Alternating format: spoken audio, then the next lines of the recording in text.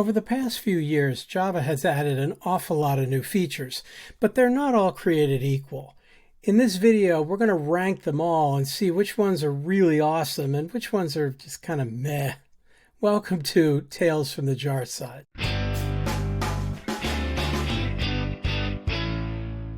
Welcome, my name is Ken Kousen, and I want to talk to you about the Java features that have been added between versions 8 and 21. So everything since the major changes that happened with functional programming. That means records, text blocks, sealed interfaces, all kinds of stuff. And I'm going to put them all on a tier list. Now, I do want to tell you a little bit about who I am, but not really that. I want to tell you who I'm not. And what I'm not is an employee of any Java-related company. In other words, I can tell you how I really feel about this stuff. Now, I have written half a dozen books related to technical areas over the past 10 years. I'm working on another one on Java and AI together. There's all my contact information. You're welcome to keep in touch if you like and ask me whatever you want. But the bottom line is I've been working with Java since the mid-90s, pretty much since Java was a thing, and trying to keep up with all those changes and teaching lots of technical training classes over the years. So hopefully I have some credibility in the area, although we'll see what you think about that. Here's the tier list that I want to add all the features to. Let's take a look at the rankings just to get an idea of what I have in mind. So the top level is Pure Awesomeness. I can't imagine coding with Java without these anymore. They're really, really helpful, especially in combination with certain others. The next layer is Better Than I Thought, which is for features that I thought were okay when they came out. And it turns out they've been more useful than I expected. The middle layer is okay. They're fine. I mean, I wouldn't actually want more, but I don't mind having them there. Maybe if I was 20 years younger, maybe I'd call them mid, but my son would be unhappy if I used that term unironically. The next level is meh. You know, I mean, they're okay. I don't think they should be removed. They just don't really do much for me. Certainly haven't affected my life or career in a big way. And then at the bottom, there's the seriously, no, don't do that. That didn't work out at all. Those are the rankings, and then along the bottom I have all these different features, and we're going to take a look. So join me as we rank all these elements on the tier list. Let's start with the simplest one. Now this is what we're going to deal with from Java 8, and those are the functional features: streams, lambdas, method references, static and default methods and interfaces, and the optional data type. All of those things were packaged together as part of Java 8, which was the biggest change to Java made ever, and even true since then. Clearly, that changed the way we code in Java. I am definitely going to put that up in the Pure Awesomeness tier. That really did change everything I did, changed my entire career, basically. I wound up writing a book about a lot of that stuff. I've been using it ever since. Yeah, I'm really impressed with all that. Now, I'm going to assume that the vast majority of you are already comfortable with the functional parts of the code, so let's go on and take a look at some of the other features as well. The next feature I want to look at was added way back in Java 9. It was the collection factory methods. Methods like .of on list and set and map, as well as .of entries. That I'm listing down here, that's supposed to represent a little factory with objects coming in and out. When you look at it, I wind up using that all the time. I'm pretty impressed with that. So let me put it in the Better Than I Thought category. I think we're okay with that one. The only thing you have to keep in mind about that is you can't use null inside those factory methods inside of. That'll throw an exception. You wind up with unmodifiable collections. I won't say immutable, because if the object you put in is modifiable, you can change the object. But you can't add or remove or replace any of the elements. All those throw unsupported operation exceptions. And the other thing is that set.of doesn't allow you to put duplicates in there. But if you keep those factors in mind, then this is useful right away, and I'm very happy with it. I use it all the time. Next, I'd like to take a look at the big feature that was added in Java 10, which was LVTI, Local Variable Type Inference, the var. And I want to call it keyword, but it's not a keyword. It's a reserved type name. The idea is that you could label a reference as var, and the type is inferred from the right-hand side, from the expression on the right-hand side, and everything is done at compile time. So this is interesting. It was held up as this great feature, and I got to admit that for a long time I thought at best this was meh. It really wasn't much of anything. I didn't really get why people got excited about it. I have to admit I've used it more and more over time. If I ever use the word new on the right-hand side, if I say new employee or new factory or whatever I'm creating, then I tend to put var on the left-hand side. It is a little bit shorter, clearer, makes everything line up a little better. Okay, I'm going to take this guy and I'm going to move it up to okay. So that's local variable type inference. I used the magnifying glass because it's searching for what the right-hand side type is. There's some restrictions on it, but it's okay. I wind up using it more than I thought I would, but then again, I hardly used it at all for a couple of years after it came out. Next was the big feature that was added in Java 11. In Java 11, they added an HTTP client API to the standard library. At the time, I thought that was rather odd. I mean, after all, there were plenty of good open source HTTP libraries available. Apache Commons was one that was used all the time. There was one in the Android world that people used all the time, OK HTTP, and other libraries that built on top of that. So I was wondering, why in the world do they need one in Java? On the other hand, it is convenient to have one there. You don't need an additional dependency and you could use it. The other problem I have with it is minor, but it is a minor issue. It's that everything's based on the builder design pattern, and therefore it gets kind of verbose. You have to build up your request and build up your client, and then you have to come up with these body publishers or body subscribers in order to invoke the send or send async methods. So it gets a little involved. It's a little annoying, but not too bad. And in fact, I wind up using it fairly often. If I'm not in a, say, Spring Framework application, which already has its own REST clients, clients for RESTful web services, then I wind up using this fairly often. So I do have to put this in the category of, I think it's better than I thought. I really didn't expect to use it very much, and it is a little on the verbose side, but it's fine. The only quirky part about it that I have to talk to people about is they changed the HTTP client class in Java 21. Prior to Java 21, HTTP client did not implement the auto-closable interface, and now it does. That means whenever I create it now, use the factory method new HTTP client, I have to wrap this thing in a try with resources block. So that changes the code a little bit. Most of my IDEs can do that for me, but it's a change. Other than that, I've been using it pretty much the same way ever since it came out. That's the HTTP client API, and I'm pretty happy with it, to be honest with you. Next comes the utility called JShell. JShell you use at the command line, and it brings up a simple REPL, what they call read, eval, print, loop. I'm still not exactly sure why Java has this. It feels to me like they got REPL envy of other languages that had one. Groovy's had one from the beginning. Python has one. The Clojure people live on theirs. Python, of course, uses a REPL. Lots of languages have this nice command-driven, interactive way of executing code on the command line. The problem is I don't really code that way in Java. I don't write a line at a time. I write a method at a time or a class at a time or interfaces or what have you. And that's not so easy. Now, they did a good job with the editor. You can go forward and back. It's got a good history mechanism to repeat what you did. And I like the fact you don't have to create a class. You could just type a line and it's as though you wrote a class with a main method and then it works just fine. So there's some nice features to it, but I really don't use it very often. I do once in a while for demos just to try something out really quickly and easily, but I just don't find it all that great. This one I have to put down in the meh category. Nothing against it. It's fine, but I just don't find it terribly exciting, and I'm still looking for the real use case where I'll use this more often. I haven't found it yet. All right, next let's talk about single file code execution. A lot of people in Java don't even realize this is there.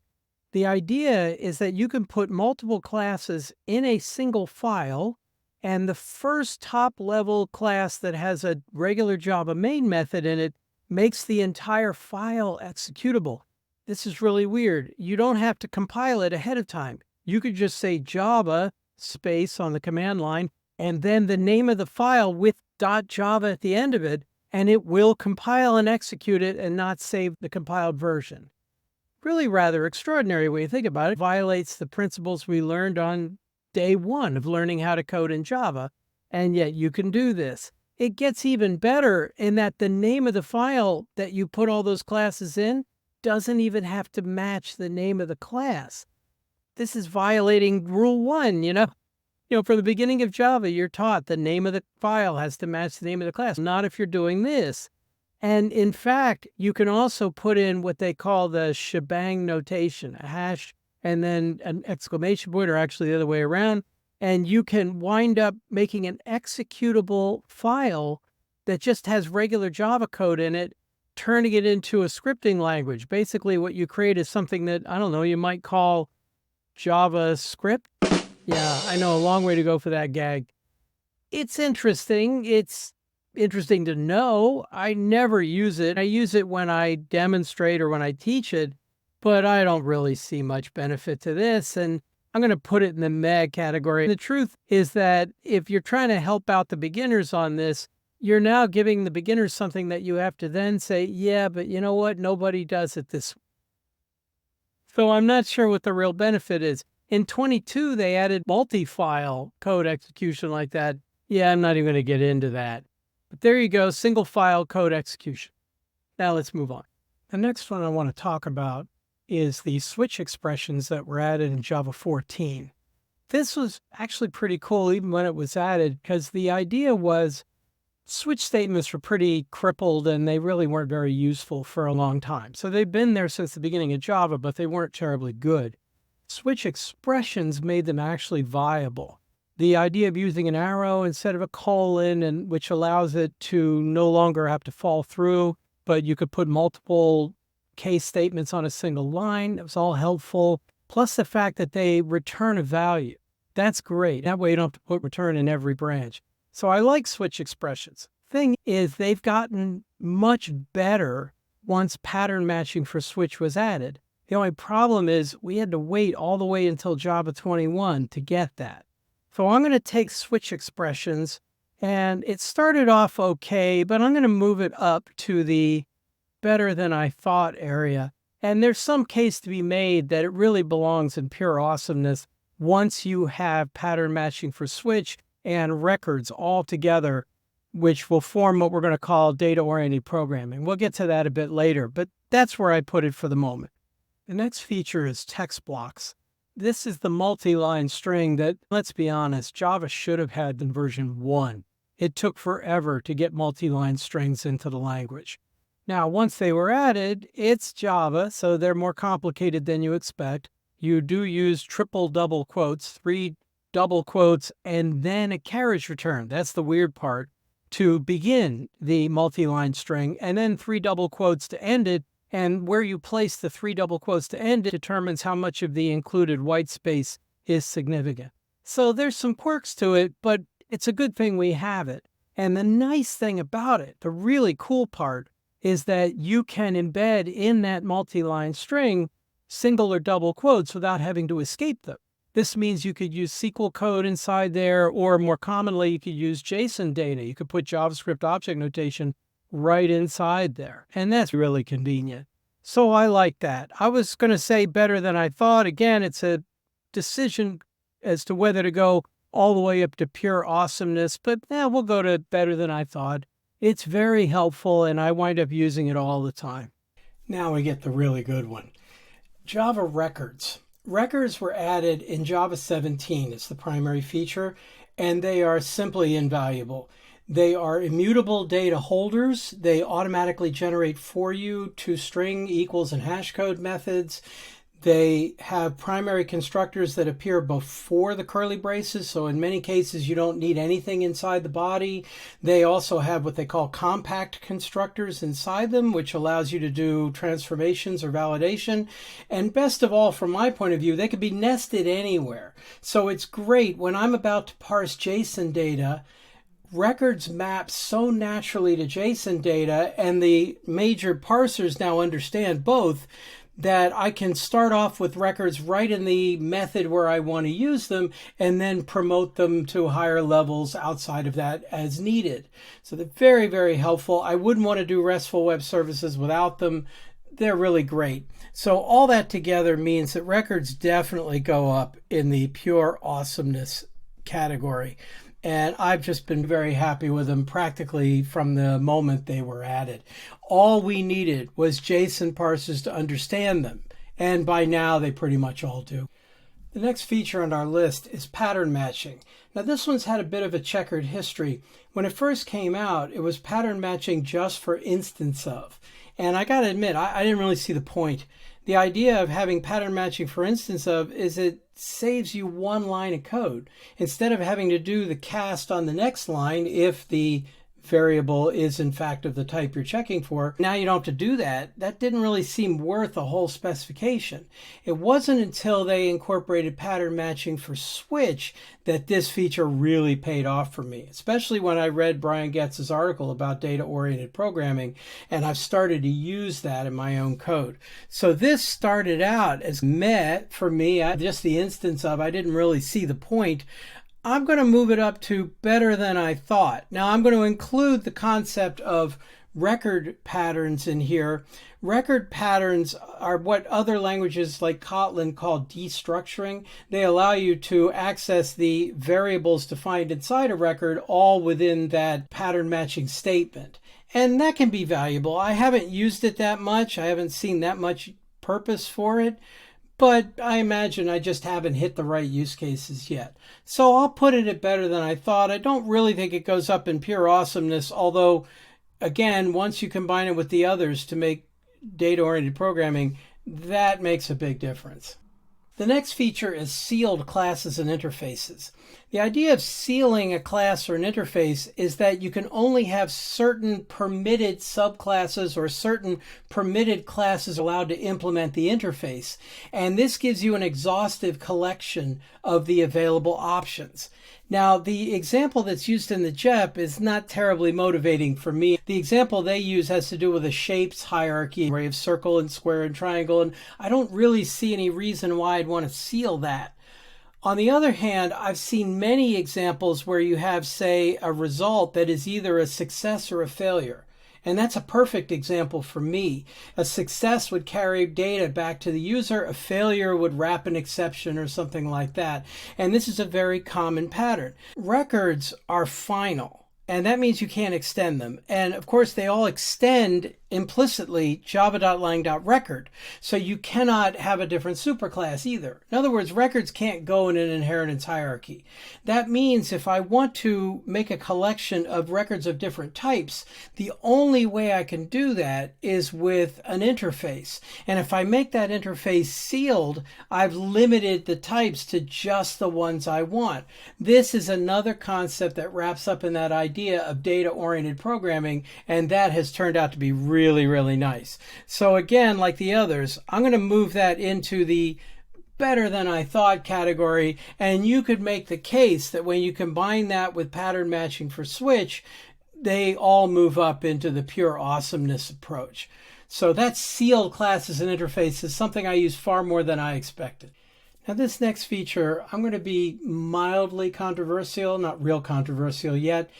That one is on virtual threads. Now, virtual threads was the big feature in Java 21, and in fact, it's arguably the big reason to upgrade from 17 to 21. The thing about virtual threads is that while I like the idea, and I'm very happy to have threads that are extremely low cost and don't require a pool anymore and no longer map directly to operating system threads and therefore don't tie up the operating system. I love the idea that you could make 1 million virtual threads and run them all and you won't have any problems with things locking up or running out of memory.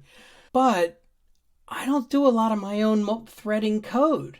I do server-side Java. I write RESTful web services or deploy them on the cloud or inside of servers. I don't do my own threading. The cloud provider or the server handles all that. I have to worry about synchronization. Sure, that comes up a lot. but I don't spawn threads and then manage them myself. Now, in the Android world, that comes up constantly. That's why they use coroutines all the time, because they're often required to get off the user interface thread to access a database or access a web service or something like that. So I get it there. But Java has been dominant on the server-side code, not nearly as much on the client side. Now, maybe the Java FX people will see a huge advantage in virtual threads and be able to use them again to get off the user interface thread and do their coding that way. I don't know. That's not a big part of my job. So I like virtual threads. I'm glad they're there. I think I will eventually get a huge benefit from them because the people working on servers will incorporate them for me and then I'll just get the payoff. But I don't see them changing what I do yet in a major way. The last thing I want to say about virtual threads is that in Kotlin, coroutines didn't really take off until you also had structured concurrency. The ability to group them all, say, okay, one thread threw an exception, I want this whole group to stop at the same time. Yeah, that was really valuable. And structured concurrency in Java is still a preview feature. In 22, it's a preview, and it looks like in 23, it's going to be a preview. Who knows about 24? Maybe when that shows up as a final generally available feature, then I'll have to revisit all this. Also, maybe I'll run into applications where virtual threads are helpful. I did use them in a test case recently and wound up running a whole bunch of cases in parallel. That was nice, but I don't know whether that's the thing to do yet either. So I hate to say it, but I'm going to put those in the okay category. They're not bad. They're fine. I like what they've done with it, but it doesn't really affect my life in any strong way yet. So we'll see. Okay, now it's time to be a little controversial. But again, this is my own experience. Your mileage may vary. It's time to talk about Java Platform Module System, JPMS. The good news first. Java modules are very well done. I have no problem with the way they are implemented. It's easy to do. It's all straightforward. You do get fairly complicated when you have to deal with the interaction between the module path and the class path. But my problem with modules is I'm not sure I really see the point. I know that one of the benefits of modules is you get true encapsulation. If you have something private inside your class or package or what have you, and the package that's contained is not exported, then nobody can get at it, not through reflection or anything. But you know what? If something's public in a package that's not exported, you can't get at it either. You've not only changed the fundamental nature of private, you've changed the fundamental nature of public too. And for what? True encapsulation? Okay, now the JVM has been modularized and you can use the JLink tool to make smaller versions of the JVM. But how often do you really do that? And every time you upgrade your Java, you're going to have to do it all over again. Is there really a big benefit to that? I'm not so sure. Again, I'm not that wild about it. There's another drawback to modules, and this is my biggest problem with modules. Modules were added in Java 9, and it was shortly after the big change of all the functional stuff being added in Java 8. Java 8 was the biggest change to Java ever and remains that way. Everybody had just upgraded, and then 9 came out with dozens of features, the big one being modules. And most people I encountered went, I don't want to upgrade. I don't even know what the modules are for. I don't want to deal with it in my own code. I don't want to modularize my code. It's going to interact with all this other stuff. I don't see the benefit. And the entire industry stopped upgrading. It took years before the industry finally went, okay, fine, let's move to, well, the next LTS version, which was 11. Now, there's many reasons for that. It wasn't just modules. But modules, I think, made a lot of people and a lot of companies hesitate. And the fact of the matter is, we're up to Java 22 now at the time of this recording, and you still don't need them. You could use them if you want, but you don't have to. So I'm willing to be persuaded. Again, the technology itself is fine. I have no problem with the way it was done. But for me, yeah, this is like, no, really. I kind of wish they hadn't done that, mostly for the impact that it had on the community rather than for anything about the technical specification.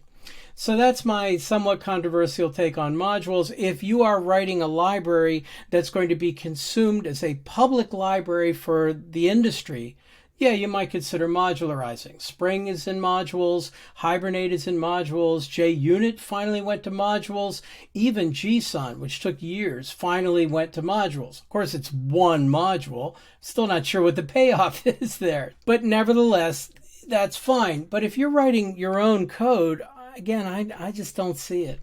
It just doesn't really work for me. So there you have it. There's my Java tier list on the major features that have been added between Java 8 and 21. The top level here at Pure Awesomeness, I put the functional features. I also put records up there. The Better Than I Thought category has the collection factory methods, which are good. The HTTP client API, switch expressions, text blocks, pattern matching, especially for switch, and sealed classes and interfaces. I find all of those really helpful. In the OK category, I put local variable type inference, the var reserved type name, and virtual threads, although I'm willing to learn that I've given that not enough credit. We'll see. In the meh category, there's the JShell, which I still have, but I don't really care much about, and single file code execution, which is okay, still waiting for the killer use case on that one. And under seriously, no, I had to put the Java Platform Module System. You may disagree with all of those. Of course, this is only my own experience. I'd be more than happy to hear your thoughts in the comments. Now, some of these, especially the ones that are Better Than I Thought and Pure Awesomeness, combine to make this data-oriented programming approach introduced by Brian Getz and now getting a lot of attraction. The idea of using records and sealed interfaces and pattern matching for switch to model the data, encapsulate the behavior, make really interesting codes. I've been doing a lot of that with my AI applications, which from my point of view as a Java developer are just RESTful web services. So if you're interested in any of that, I have an entire playlist on that, and I have many videos that apply the principles of the data-oriented programming approach to Java code when interacting with AI tools. Hope you enjoy that. Thank you very much for watching, and I'll see you next time. Take care.